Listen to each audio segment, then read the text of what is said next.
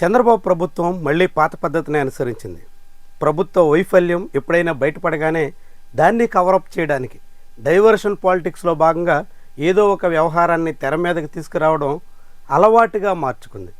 చాలా అంశాలు చూడొచ్చు. ఉదాహరణకి బుడమేరు వరదలు పొంగి పొర్లుతున్నాయని ప్రభుత్వం సకాలంలో గుర్తించి ప్రజల్ని అప్రమత్తం చేయడంలో విఫలమైన కారణంగా బెజవాడ వాసులు తీవ్రంగా ఇబ్బంది పడ్డారు. ఆ వైఫల్యం నుంచి కప్పిపుచ్చడానికి కృష్ణా బ్యారేజ్ మొత్తం కూలగొట్టేసే ప్రయత్నం చేశారు. ఒక బోటు అడ్డం పెట్టి కృష్ణా బ్యారేజ్నే ప్రమాదంలోకి నెట్టేశారు అన్నట్టుగా ఒక వివాదాన్ని సృష్టించిన చరిత్ర చంద్రబాబు సర్కారుకు ఉంది. ఇట్లా ఒక బెజవాడ బుడమేరు వరదలే కాదు, రాష్ట్ర వ్యాప్తంగా అనేక ముఖ్యమైనటువంటి ఘటనలు జరిగిన ప్రతి సందర్భంలోనూ చంద్రబాబు ఇదే విధానాన్ని అనుసరిస్తున్నారు. ఇప్పుడు కాశీబుగ్గ వెంకటేశ్వర స్వామి ఆలయంలో ప్రమాదం జరిగింది. 10 మంది వరకు ప్రాణాలు కోల్పోయారు.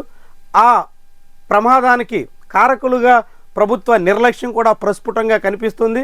సకాలంలో ప్రభుత్వ యంత్రాంగం పోలీసులు స్పందించడంలో ఘోరంగా విఫలమైనటువంటి తీరుని తేట తెల్లం చేస్తుంది. ఈ వ్యవహారం నుంచి ప్రభుత్వం ఇప్పుడు తప్పించుకోవడానికోసం, ఈ వివాదం నుంచి జనం దృష్టిని మళ్లించడం కోసం జోగి రమేష్ని తెర మీదకు తీసుకొచ్చింది. జోగి రమేష్ని హఠాత్తుగా అరెస్ట్ చేసి విషయాన్ని పక్కదారి పట్టించాలి అనే ప్రయత్నంలో ఉన్నట్టుగా భావించాల్సి ఉంటుంది. ఎందుకంటే ఆంధ్రప్రదేశ్లో ములకల చెరువు కేంద్రంగా కల్తీ మద్యం రాకెట్ బయటపడింది. ఆ తర్వాత అది ఇబ్రహీంపట్నంలో ఉన్నటువంటి బాట్లింగ్ యూనిట్ వరకు వెల్లడైంది. ఈ మొత్తం ఉదంతంలో కీలక నిందితులుగా ఉన్న జనార్దన్ రావు కావచ్చు, తెలుగుదేశం పార్టీ తంబళ్లపల్లి ఇన్ఛార్జిగా ఉన్న జయచంద్రారెడ్డి కావచ్చు, ఇలాంటి చాలామంది నిందితుల విషయంలో ఇంకా ప్రభుత్వం పూర్తిగా చర్యలు తీసుకున్న దాఖలాల్లో జనార్దన్ రావును అరెస్ట్ చేశారు, రిమాండ్కి తరలించారు. జనార్దన్ రావు రిమాండ్లో ఉండగానే చెప్తున్నటువంటి మాటల ఆధారంగా ఇప్పుడు జోగి రమేష్ వరకు వస్తున్నారు. మరి అదే కేసులో తంబళ్లపల్లి టీడీపీ ఇన్ఛార్జ్ జయచంద్రారెడ్డి కూడా నిందితుడిగా ఉన్నారు. జోగి రమేష్ని ఇంకా నిందితుడిగా ఇప్పుడు నోటీసులు ఇచ్చి చేర్చే ప్రయత్నం చేస్తున్నారు. కానీ తంబళ్లపల్లి టీడీపీ ఇన్ఛార్జ్ జయచంద్రారెడ్డి మీద కేసు పెట్టి ఇప్పటికి దాదాపు 4 రోజులు గడుస్తోంది. మరి జయచంద్రారెడ్డిని ఎందుకు అరెస్ట్ చేయలేదు? జయచంద్రారెడ్డి అరెస్టులో ఇంకా మేనమేషాలు ఎందుకు లెక్కిస్తున్నారు? ఎక్కడో విదేశాల్లో దాక్కుంటే లుక్అవుట్ నోటీసులు ఎందుకు ఇవ్వలేదు? ఎందుకని తాత్సారం చేస్తున్నారు?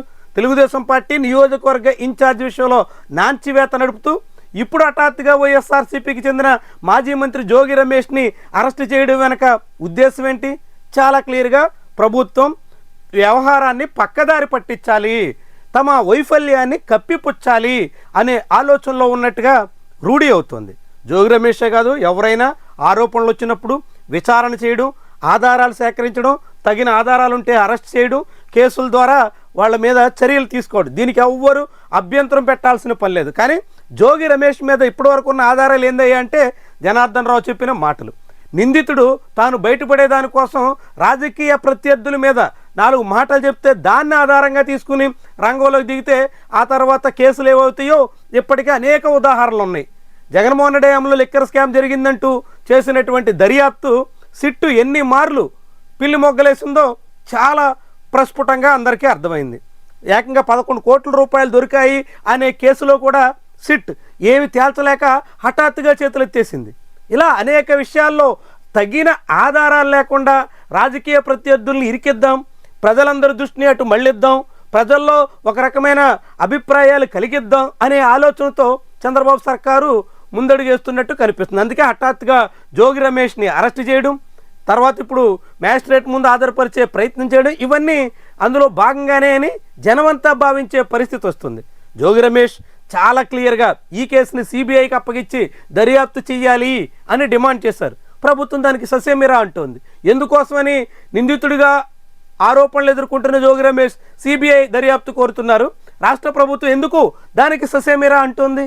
చాలా విడ్డూరమైనటువంటి వ్యవహారం. మొత్తంగా కాశీబుగ్గ వెంకటేశ్వర ఆలయంలో పలువురు ప్రాణాలు కోల్పోవడానికి కారణకులైనటువంటి రాష్ట్ర ప్రభుత్వ వైఫల్యాన్ని కప్పిపుచ్చే ప్రయత్నంలో భాగంగా డైవర్షన్ పాలిటిక్స్ వేగవంతంగా సాగుతున్నట్టు జనాలందరికీ ఇట్టే అర్థమయ్యే విషయం జోగి రమేష్ అరెస్టుగా భావించాల్సి ఉంటుంది.